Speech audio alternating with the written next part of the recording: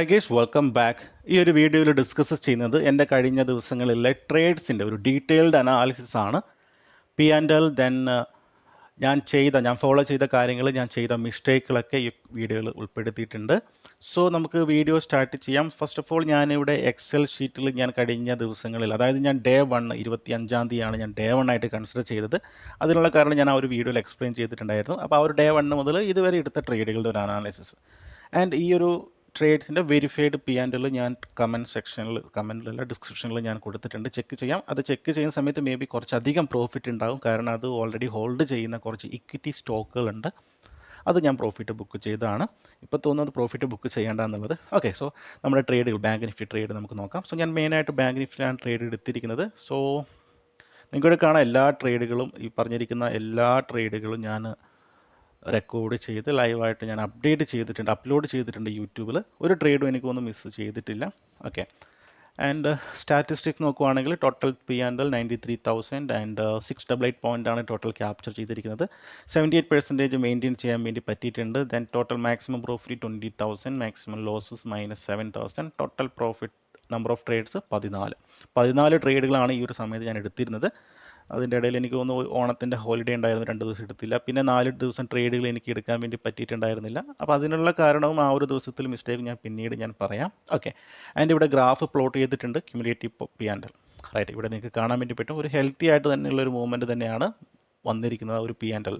അല്ലാതെ ഒരു സിംഗിൾ ട്രേഡിൽ നേരെ എടുത്ത് പ്രോഫിറ്റ് അല്ല, നമ്മൾ ആ ഒരു സ്റ്റഡി ആയിട്ടുള്ള ഗ്രോത്താണ് ഇവിടെ കാണുന്നത്. ഓക്കെ, ഇനി ഞാൻ ഈ പറയുന്ന ഈ ഒരു പ്രോഫിറ്റ് അല്ലെങ്കിൽ ഈ ഒരു 688 പോയിൻ്റ് ക്യാപ്ചർ ചെയ്യാൻ വേണ്ടിയിട്ട് ഞാൻ എന്തൊക്കെ കാര്യങ്ങളാണ് ഫോളോ ചെയ്തിരിക്കുന്നത് എന്ന് നോക്കാം. അതിൽ ഏറ്റവും ഇമ്പോർട്ടൻ്റ് ആയിട്ടുള്ള കാര്യം എന്ന് പറഞ്ഞിട്ടുണ്ടെങ്കിൽ, ഞാനൊന്ന് ചാർട്ടിലോട്ട് പോകാം. ഓക്കെ, അതിൽ ഏറ്റവും ഇമ്പോർട്ടൻ്റ് ആയിട്ടുള്ള ഒരു കാര്യം എന്ന് പറഞ്ഞിട്ടുണ്ടെങ്കിൽ, ഞാൻ ഫോളോ ചെയ്തതിൽ ഒന്നാമത്തത്, ഞാനൊരു ഫിക്സ്ഡ് പൊസിഷൻ സൈസിങ് ആണ് യൂസ് ചെയ്തിരിക്കുന്നത്. ഒന്നാമത്തെ കാര്യം എന്ന് പറഞ്ഞിട്ടുണ്ടെങ്കിൽ പൊസിഷൻ സൈസിങ് ഞാൻ വളരെ സ്ട്രിക്റ്റ് ആയിട്ട് ഫോളോ ചെയ്യുന്ന ഒരു കാര്യമാണ്.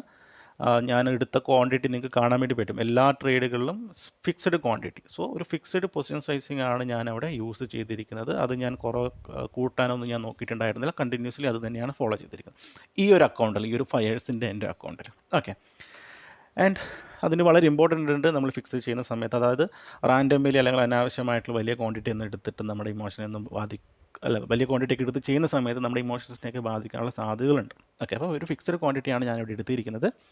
രണ്ടാമത്തെ റൂൾ എന്ന് പറഞ്ഞിട്ടുണ്ടെങ്കിൽ 1 ട്രേഡ് പെർ ഡേ. ഞാൻ ഒരു ദിവസം ഒരു ട്രേഡ് മാത്രമേ എടുക്കുകയുള്ളൂ. റൈറ്റ്, ഈ കുറഞ്ഞ കാലയളവിൽ എല്ലാ ദിവസവും ഒരു ട്രേഡ് മാത്രമേ, ഒരു മേജർ ട്രേഡുകൾ മാത്രമേ ഞാൻ എടുത്തിട്ടുള്ളൂ. ആൻഡ് അതൊരു സ്ട്രിക്റ്റ് റൂളായിട്ട് ഞാൻ ഫോളോ ചെയ്യുന്ന ഒരു കാര്യമാണ്. റൈറ്റ്, പിന്നെ മൂന്നാമത്തെ പറയുകയാണെങ്കിൽ, ഞാൻ മുമ്പ് ഡിസ്കസ് ചെയ്തതാണ്, എനിക്കൊരു ഫിക്സഡ് ടൈം ഉണ്ട്. ഒരു ഫിക്സഡ് ടൈം, ഞാൻ ആ ഒരു ടൈമിൽ മാത്രമേ ഞാൻ ട്രേഡുകൾ എടുക്കാറുള്ളൂ. എസ്പെഷ്യലി ഫസ്റ്റ് ഹാഫ് മാത്രമേ ഞാൻ നോക്കാറുള്ളൂ. ഫസ്റ്റ് ഹാഫ് മീൻസ് മോർണിംഗ് 9-15 മുതൽ മാക്സിമം ഒരു 12-1 മണി, അതിൽ കൂടുതൽ ഞാൻ വാച്ച് ചെയ്യാറില്ല.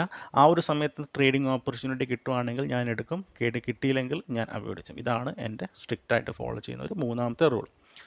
പിന്നെ നമുക്ക് പറയാം, ഞാൻ ട്രേഡുകൾ എടുത്തിരിക്കുന്നത് ഒരു സ്ക്രിപ്റ്റ് മാത്രമാണ്, ബാങ്ക് നിഫ്റ്റിയിൽ മാത്രമാണ് ട്രേഡ് ചെയ്തിരിക്കുന്നത്. ഞാൻ ട്രേഡ് ചെയ്തിരിക്കുന്നത്. അതിനുള്ള റീസൺ ഞാൻ കഴിഞ്ഞൊരു വീഡിയോയിൽ പറഞ്ഞിട്ടുണ്ട്, ബാങ്ക് നിഫ്റ്റിയിൽ എങ്ങനെയാണ് ഞാൻ പ്ലാൻ ചെയ്യുന്നതൊക്കെ. ഓക്കെ, അപ്പോൾ ഇത്രയും കാര്യങ്ങളാണ് എല്ലാം ഇൻക്ലൂഡ് ചെയ്തിട്ടുണ്ട്. ഇത്രയും കാര്യങ്ങളാണ് ഞാൻ മെയിനായിട്ട് ഫോളോ ചെയ്ത കാര്യങ്ങൾ, വളരെ സ്ട്രിക്റ്റായിട്ട് ഫോളോ ചെയ്ത ട്രേഡിങ്ങിൽ പറഞ്ഞൊരു റൂൾ എന്ന പ്രകാരം. ഓക്കെ, അപ്പോൾ ഈ ഒരു കാര്യം എന്ന് പറഞ്ഞിട്ടുണ്ടെങ്കിൽ, ഈ പറഞ്ഞിരിക്കുന്ന ഈ കാര്യങ്ങൾ ഇതിവിടെ എഴുതി വെക്കാനൊക്കെ വളരെ ഈസിയാണ്, അല്ലെങ്കിൽ നമ്മുടെ പേപ്പറിലൊക്കെ എഴുതി വെക്കാൻ വളരെ ഈസിയാണ്. പക്ഷേ ഇത് വളരെ ഡിഫിക്കൽട്ടായിട്ടുള്ളൊരു ടാസ്ക്കാണ്. എസ്പെഷ്യലി മാർക്കറ്റിലോട്ട് പുതിയതായിട്ട് വരുന്ന ആൾക്കാർക്കൊക്കെ ഇതൊക്കെ ഫോളോ ചെയ്യുമെന്ന് പറഞ്ഞിട്ടുണ്ടെങ്കിൽ 1-2 ദിവസം ഫോളോ ചെയ്യും, പിന്നീട് അവർ ആ കാര്യങ്ങളൊക്കെ മറന്നു പോകും. ഓക്കെ, അപ്പോൾ അത് ഡിസിപ്ലിൻ അല്ലെങ്കിൽ നമ്മുടെ മൈൻഡ് സെറ്റ് നമ്മൾ മെയിൻറ്റെയിൻ ചെയ്താൽ മാത്രമേ നമുക്കത് കൺസിസ്റ്റൻ്റ് ആയിട്ട് ഈ റൂൾസൊക്കെ ഫോളോ ചെയ്യാൻ വേണ്ടി പറ്റുള്ളൂ.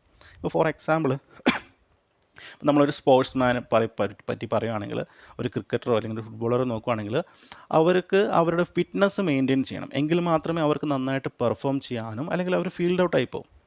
ഇപ്പോൾ ഒരു ഫിലിം ആക്ടറെ വെച്ച് നോക്കുകയാണെങ്കിൽ, അവരുടെ ബോഡി മെയിൻറ്റെയിൻ ചെയ്യണം, അവരുടെ സ്റ്റൈൽ മെയിൻറ്റെയിൻ ചെയ്യണം. ഈ കാര്യങ്ങളൊക്കെ മെയിൻറ്റെയിൻ ചെയ്താൽ മാത്രമേ അവർക്ക് ഫീൽഡ് പിടിച്ച് നിൽക്കാൻ പറ്റുള്ളൂ, അല്ലെങ്കിൽ അവർ ഫീൽഡ് ഔട്ടായി പോകും. ഒരുപാട് പേര് നമുക്ക് എക്സാമ്പിളായിട്ട് പറയാം, അല്ലേ? അപ്പോൾ അതുപോലെ തന്നെയാണ് ട്രേഡേഴ്സിനും മെയിൻറ്റെയിൻ ചെയ്യേണ്ടത് എന്താണ്? എന്താണ് ട്രേഡേഴ്സ് മെയിൻറ്റെയിൻ ചെയ്യേണ്ടത്? സ്റ്റൈലൊക്കെ മെയിൻറ്റെയിൻ ചെയ്യേണ്ട ആവശ്യമില്ല. മെയിൻറ്റെയിൻ ചെയ്യാൻ അതൊക്കെ പേഴ്സണലായിട്ട് കാര്യം. പക്ഷേ ആസ് എ ബിസിനസ് എന്ന രീതിയിൽ, ആസ് എ പ്രൊഫഷണൽ എന്ന രീതിയിൽ ട്രേഡറിന് മെയിൻറ്റെയിൻ ചെയ്യേണ്ടത് അവരുടെ മൈൻഡ് സെറ്റാണ്, അല്ലെങ്കിൽ അവരുടെ ബ്രെയിനാണ്. മൈൻഡ് സെറ്റാണ് ഡെവലപ്പ് ചെയ്യേണ്ടത്, മെയിൻറ്റെയിൻ ചെയ്യേണ്ടത്. അത് മെയിൻറ്റെയിൻ ചെയ്യാൻ വേണ്ടി പറ്റിയില്ലെങ്കിൽ നിങ്ങൾ എത്രയും പെട്ടെന്ന് ഫീൽഡ് ഔട്ട് ആവും. അല്ല, ഷുവറായിട്ടും നിങ്ങൾ എത്രയും പെട്ടെന്ന് ഫീൽഡ് ഔട്ട് ആവുന്നുള്ള സാധ്യതകളുണ്ട്. ഓക്കെ, അപ്പോൾ ഞാൻ എൻ്റെ മൈൻഡ് സെറ്റ് എപ്പോഴും ഞാൻ വളരെ എന്താണ് പറയേണ്ടത്, വളരെ സ്ട്രിക്ട്ലി അല്ലെങ്കിൽ വളരെ ബാലൻസോടെ ഞാൻ ഫോളോ ചെയ്യുന്ന ഒരു കാര്യമാണ് എൻ്റെ മൈൻഡ് സെറ്റ് എന്നുള്ളത്. അപ്പോൾ മൈൻഡ് സെറ്റ് കറക്റ്റായിട്ട് ഫോളോ ചെയ്താൽ മാത്രമേ, അല്ലെങ്കിൽ മൈൻഡ് സെറ്റ് കറക്റ്റായിട്ട് ഫോളോ അല്ല, മൈൻഡ് സെറ്റ് കറക്റ്റായിട്ട് മെയിൻറ്റെയിൻ ചെയ്താൽ മാത്രമേ നമുക്ക് നന്നായിട്ട് പെർഫോമൻസും അല്ലെങ്കിൽ നമ്മുടെ ആ ഒരു ഡിസിപ്ലിനൊക്കെ കറക്റ്റായിട്ട് വരുള്ളൂ. ഓക്കെ, അപ്പോൾ അതിൽ ഞാൻ ശ്രദ്ധിക്കുന്ന ഒരു കാര്യമാണ് ഒരു ട്രേഡിംഗ് ഹാബിറ്റ്സ് എന്നുള്ളത്. റൈറ്റ്, ഒരു ട്രേഡിംഗ് ഹാബിറ്റ്സ്. അതെനിക്കൊരു ഒരു ഒരു എന്താണ് പറയേണ്ടത്, ഒരു ഫിക്സഡ് ആയിട്ടുള്ള കുറച്ച് ഹാബിറ്റ്സ് ഉണ്ട്. അതായത് ഞാൻ പ്രീ മാർക്കറ്റ് തയ്യാറാക്കുന്നു, ദെൻ ലൈവ് ട്രേഡ് ചെയ്യുന്നു, ദെൻ പോസ്റ്റ് മാർക്കറ്റ് അനാലിസിസ് ചെയ്യുന്നു. ഈ കാര്യങ്ങൾ ഞാൻ വളരെ സ്ട്രിക്റ്റായിട്ട് ഫോളോ ചെയ്യുന്നതാണ് ഒരു ട്രേഡിംഗ് ഹാബിറ്റ്സ് എന്ന രീതിയിൽ. അപ്പോൾ ഞാൻ പ്രീ മാർക്കറ്റ് അനാലിസിസ് ചെയ്യാതെ ഇതുവരെ ഒരു ട്രേഡ് പോലും എടുത്തിട്ടില്ല. അതുകൂടാതെ എല്ലാ ദിവസങ്ങളിലും പോസ്റ്റ് മാർക്കറ്റ് അനാലിസിസ് ഞാൻ ചെയ്യും, മാർക്കറ്റ് ക്ലോസ് ചെയ്ത് കഴിഞ്ഞിട്ടുള്ളത്. അപ്പോൾ ഇതൊരു ഹാബിറ്റാണ്, എല്ലാ ദിവസവും ഇത് ചെയ്യും. നമ്മൾ രാവിലെ എണീച്ചിട്ട് ബ്രഷ് ചെയ്യുന്ന പോലെ തന്നെ ഇത് അറിയാതെ നമ്മൾ ചെയ്തുകൊണ്ടിരിക്കുന്ന ഒരു ഹാബിറ്റാണ്. അപ്പോൾ അത് ഞാൻ വളരെ സ്ട്രിക്റ്റായിട്ട് ഫോളോ ചെയ്യുന്നുണ്ട്. അത് ചെയ്യുന്നതുകൊണ്ട് തന്നെ എൻ്റെ മൈൻഡ് സെറ്റ് എപ്പോഴും വളരെ അതിൽ ഫോക്കസ്ഡ് ആയിരിക്കും. ഓക്കെ, പിന്നെ ഞാൻ ചെയ്ത രണ്ടാമത്തെ ഒരു കാര്യം എന്ന് പറഞ്ഞിട്ടുണ്ടെങ്കിൽ ജേണലാണ്. Right, journal. ഈ ജേണൽ എന്ന് പറഞ്ഞാൽ പല ആൾക്കാർക്കും കൺഫ്യൂഷൻ ഉണ്ട്. പല ആൾക്കാരും വിചാരിക്കുന്നു, ഓക്കെ ഇന്നത്തെ ട്രേഡ് നമ്മൾ എഴുതി വെക്കുന്നു, അല്ലെങ്കിൽ എക്സൽ ഷീറ്റ് ടൈപ്പ് ചെയ്യുന്നു. അതായത് ഞാൻ 142 എൻട്രി എടുത്തു, 145 ഞാൻ എക്സിറ്റ് ചെയ്തു, ഇത്ര ക്വാണ്ടിറ്റി മേടിച്ചു. അതല്ല ആക്ച്വലി ജേണൽ എന്ന് പറയുന്നത്. അത് ജസ്റ്റ് നിങ്ങൾ എടുത്ത ട്രേഡ് നിങ്ങളുടെ ബ്രോക്കറിൻ്റെ ബാക്ക് ഓഫീസ് പോയിട്ടുണ്ടെങ്കിൽ നിങ്ങൾക്ക് അവിടെ കാണാൻ വേണ്ടി പറ്റും. പിന്നെ എന്തിനാണ് അത് എഴുതി വെക്കുന്നത്?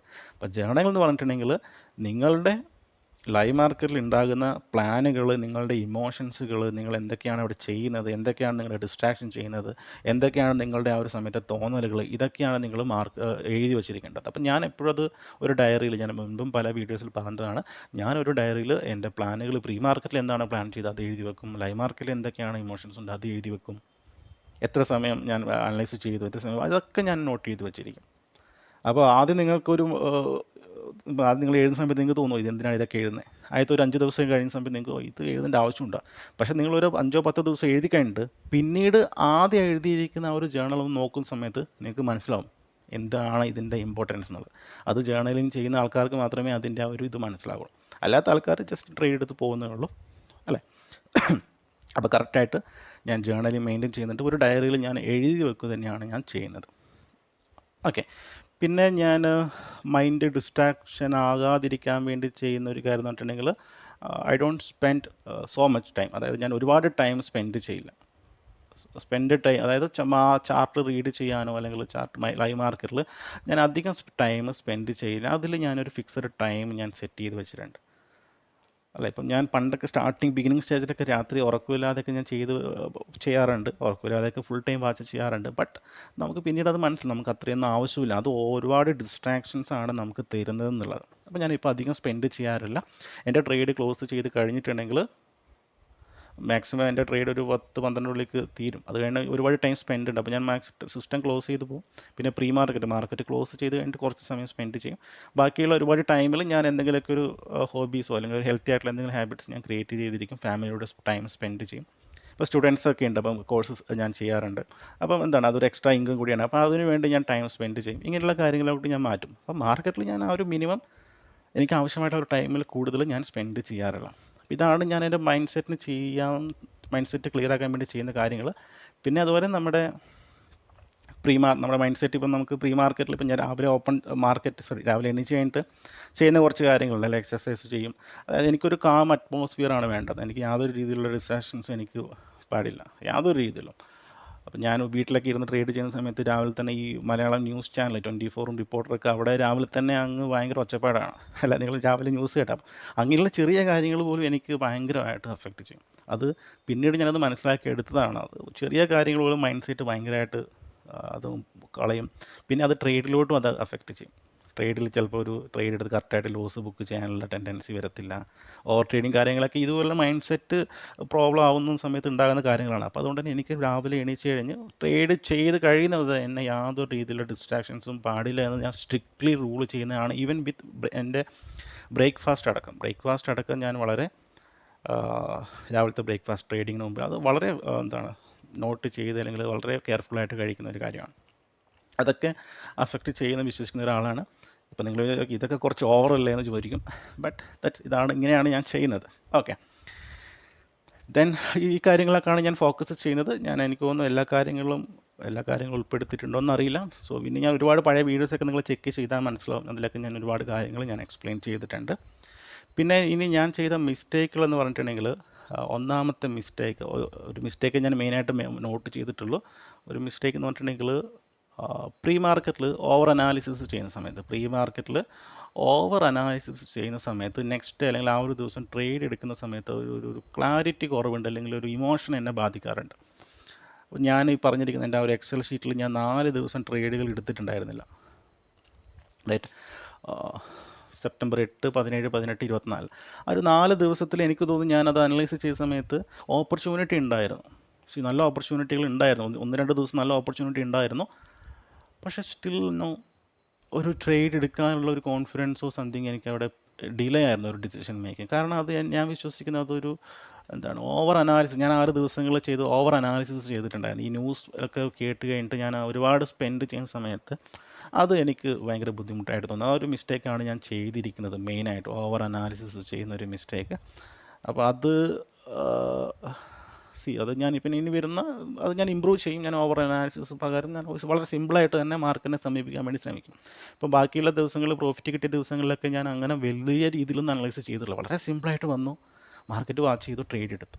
പക്ഷേ ഈ ട്രേഡ് മിസ്സായ ദിവസങ്ങളിൽ അതിൽ ചെറിയ പ്രോബ്ലം ഉണ്ട്. അത് ട്രേഡ് എടുക്കാതിരിക്കാനുള്ള റീസൺ അത് എനിക്ക് വാലിഡ് അല്ല, എന്തുകൊണ്ട് എടുത്തില്ല എന്നുള്ളത്. അത് പല കാരണങ്ങളുണ്ട്. അപ്പോൾ അത് ഞാൻ നോട്ട് ചെയ്ത് വെച്ചിട്ടുണ്ട്. അപ്പോൾ ഇനി അങ്ങനെ വലിയതായിട്ട് ഓവർ അനാലിസിസ് ചെയ്യുന്നതിന് പകരം വളരെ സിമ്പിളായിട്ട് വെക്കാൻ വേണ്ടി ശ്രമിക്കും ഇനി വരുന്ന ട്രേഡുകളിൽ. ആ ഒരു മെയിൻ മിസ്റ്റേക്കാണ് ഈ ഒരു 14 ദിവസങ്ങളിൽ ഉണ്ടായ ഒരു കാര്യം. ബാക്കിയുള്ളതൊക്കെ ഓക്കെയാണ്. ലോസ് ഏകദേശം 4 ലോസ് വന്നിട്ടുണ്ട്. ബട്ട് സ്റ്റിൽ ലോസൊക്കെ നെഗ്ലിജിബിളാണ്. ബാക്കിയൊക്കെ normal part of the business എന്ന രീതിയിൽ മാത്രമേ എടുക്കുന്നുള്ളൂ. പക്ഷേ ഈ ഒരു കാര്യം മിസ്റ്റേക്ക് മെയിനായിട്ട് ഒരു ഓവർ അനാലിസിസ് ചെയ്യുന്ന സമയത്ത് എല്ലാ കാര്യങ്ങളും. ഓക്കെ, അപ്പോൾ ഇതാണ് എൻ്റെ കഴിഞ്ഞ ഒരു 20 ദിവസം കൺസിഡർ ചെയ്യും, 1 മന്ത് കൺസിഡർ ചെയ്യാം ആ ഒരു ദിവസത്തെ ട്രേഡുകൾ. അപ്പം ഞാൻ അനലൈസ് ചെയ്തു, അതായത് ഓരോ ട്രേഡുകൾ നോക്കി, ആൻഡ് എന്തൊക്കെയാണ് എൻ്റെ ലൈവ് മാർക്കറ്റ് ഇമോഷൻ എൻ്റെ ജേർണിയിൽ നോക്കി, ആൻഡ് അത് ഞാൻ അനലൈസ് ചെയ്തു. എല്ലാം ഓക്കെയാണ്. സോ ഫീൽ കോൺഫിഡൻറ്റ് തന്നെയാണ്. ഇനി അടുത്ത ട്രേഡുകൾ വളരെ ഹെൽപ്ഫുള്ളായിട്ട് എടുക്കാമെന്ന് വിചാരിക്കുന്നു. ആൻഡ് കഴിഞ്ഞ 2 ദിവസം ട്രേഡുകൾ എടുത്തിട്ടുണ്ടായിരുന്നില്ല, ജസ്റ്റ് ഒരു ബ്രേക്ക് എടുത്തതേ ഉള്ളൂ. ഓക്കെ, അപ്പോൾ നിങ്ങളും ഇതുപോലെ അനലൈസ് ചെയ്യുക. നിങ്ങൾ പല ആൾക്കാരും ചെയ്യുന്ന മിസ്റ്റേക്കാണ്. ആദ്യം ഒരു ട്രേഡ് എടുക്കും, 2 ട്രേഡ് എടുത്ത്, 3 ട്രേഡ് എടുത്തു, ചിലപ്പോൾ 2 ലോസ്, ചിലപ്പോൾ ഒരു പ്രോഫിറ്റൊക്കെ ആയിരിക്കും. അപ്പോൾ തന്നെ നിങ്ങൾ അനലൈസ് ചെയ്യാൻ വേണ്ടി തുടങ്ങും എന്താണ്. പക്ഷെ അങ്ങനെയല്ല ചെയ്യേണ്ടത്. നിങ്ങൾ അറ്റ്ലീസ്റ്റ് ഒരു 20 ട്രേഡെങ്കിലും അറ്റ്ലീസ്റ്റ് കൺസിഡർ ചെയ്തിട്ട് നിങ്ങളൊന്ന് പേഴ്സണലി അനലൈസ് ചെയ്യണം. അപ്പോൾ നിങ്ങൾക്ക് മനസ്സിലാവും എന്താണ് മിസ്റ്റേക്ക് എന്നുള്ളത്. ചിലപ്പോൾ നിങ്ങൾക്ക് വലിയ ലോസ് വരാൻ കാരണം പൊസിഷൻ സൈസിങ് ഇൻക്രീസ് ചെയ്തിട്ടായിരിക്കാം, അല്ലെങ്കിൽ ഓവർ ട്രേഡ് ചെയ്തിട്ടായിരിക്കാം. അങ്ങനെയുള്ള കാര്യങ്ങൾ നിങ്ങൾ നോട്ട് ചെയ്ത് വെക്കുക. അപ്പോൾ നിങ്ങൾക്ക് ഒരു മിസ്റ്റേക്ക് കിട്ടി, ഓക്കെ, പൊസിഷൻ സൈസിങ് ഇൻക്രീസ് ചെയ്തിട്ടാണ്. അപ്പോൾ നെക്സ്റ്റ് മന്ത് നിങ്ങൾ സ്റ്റാർട്ട് ചെയ്യുന്നത് എന്താണ്, അതേ സെയിം പൊസിഷൻ സൈസിങ് ചെയ്യാൻ വേണ്ടി ശ്രമിക്കുക. അപ്പോൾ ചെയ്യാൻ പറ്റാതെ നിങ്ങൾക്ക് വരുന്നുണ്ടെങ്കിൽ, ഇമോഷൻസ് വരുന്നുണ്ടെങ്കിൽ, ഞാൻ നേരത്തെ പറഞ്ഞ പോലെ തന്നെ ആ ഒരു ട്രേഡിങ് ഹാബിറ്റ്സ് ഒക്കെ ചെയ്യാൻ വേണ്ടി സ്റ്റാർട്ട് ചെയ്യുക, ഡിസിപ്ലിൻ ആയിട്ടിരിക്കാൻ വേണ്ടി. വീണ്ടും പറ്റുന്നില്ലെങ്കിൽ ബ്രേക്ക് എടുക്കുക, ക്യാപിറ്റൽ നഷ്ടപ്പെടുത്തി കളയുക, ബ്രേക്ക് എടുക്കുക. ഒരു 1-2 ആഴ്ച ബ്രേക്ക് എടുത്തിട്ട് അത് ഒന്നുകൂടി ഹെൽത്തി ആയിട്ട് വരാം. റൈറ്റ്, ഈ കാര്യങ്ങളൊക്കെ ചെയ്യുക. അപ്പം ഞാനും അങ്ങനെ തന്നെയാണ്. അപ്പം എനിക്ക് ഒരു നോർമലി മന്ത് എൻഡൊക്കെ എനിക്ക് വരുന്ന സമയത്ത് ഓൾറെഡി പ്രോഫിറ്റിലായിരിക്കും. അപ്പം ഞാൻ നോർമലി ചെറിയ ബ്രേക്ക് എടുക്കും. നമ്മൾ ഓവറായിട്ട് ഇനി ട്രേഡ് എടുക്കേണ്ടെന്ന് വിചാരിച്ചിട്ട് ഞാൻ ചെറിയ ബ്രേക്ക് എടുത്തിട്ട് മാറും. ഒരു ബ്രേക്ക് എടുത്ത് കഴിഞ്ഞാൽ വീണ്ടും വരുന്ന സമയത്ത് ഒന്നുകൂടി വളരെ ഫ്രഷ് ആയിരിക്കും, നമ്മൾ വളരെ കോൺഫിഡൻറ്റോടെ ആയിരിക്കും വരുന്നത്. ഓക്കെ, സോ അപ്പോൾ എന്തായാലും ഈ ഒരു വീഡിയോ ഇവിടെ സ്റ്റോപ്പ് ചെയ്യാം. അപ്പോൾ എന്തായാലും പുതിയ ലൈവ് ട്രേഡിംഗ് വീഡിയോ ഇനി ഞാൻ ഒക്ടോബർ 1 മുതലേ സ്റ്റാർട്ട് ചെയ്യുന്നുള്ളൂ, ഒരു 2 ദിവസം ബ്രേക്ക് എടുത്തിട്ട്. ആൻഡ് ഓൾസോ പുതിയ ബാച്ച് സ്റ്റാർട്ട് ചെയ്യുവാണ്. ബാച്ച് 13, 12 കംപ്ലീറ്റ് ആയിട്ടുണ്ട്. 13, അപ്പോൾ നിങ്ങൾക്ക് ജോയിൻ ചെയ്യാൻ താല്പര്യമുള്ളവർക്ക് ജോയിൻ ചെയ്യാവുന്നതാണ്. അപ്പോൾ എന്തായാലും പുതിയൊരു വീഡിയോ ആയിട്ട് കാണാം. So bye, thank U.